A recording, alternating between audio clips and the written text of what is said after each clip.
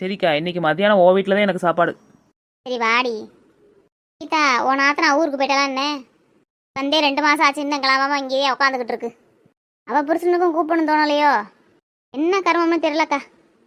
அதுக்கு பேச்சை எடுத்தாலே எனக்கு டென்ஷனாக தாக்கா வருது. டென்ஷன்லாம் வரும்னு சொல்லித்தேன் நான் கல்யாணமே வேணாம்னு இருக்கேன். அவள் சொல்கிறதும் சரித்தேன்.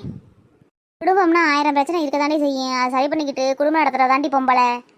குடும்பமாக போக்கா, சலிச்சு போச்சுக்கா வாழ்க்கையே. பச்சரிசி பொங்கலை தின்றது வயிறெல்லாம் ஊதிக்கிட்டு ஒரே வலியாக இருக்குது 2 நாளாக. எல்லாருக்குமே அப்படித்தாக்கா இருக்குது. பச்சரிசி சேரலக்கா எனக்கெல்லாம். உங்கள் அன்னைக்கு ஒரு 2 தடவை வச்சு திண்டு விட்டேன். அது இந்த பரட்டுன்னு பரட்டி வயிறு வலிக்குது.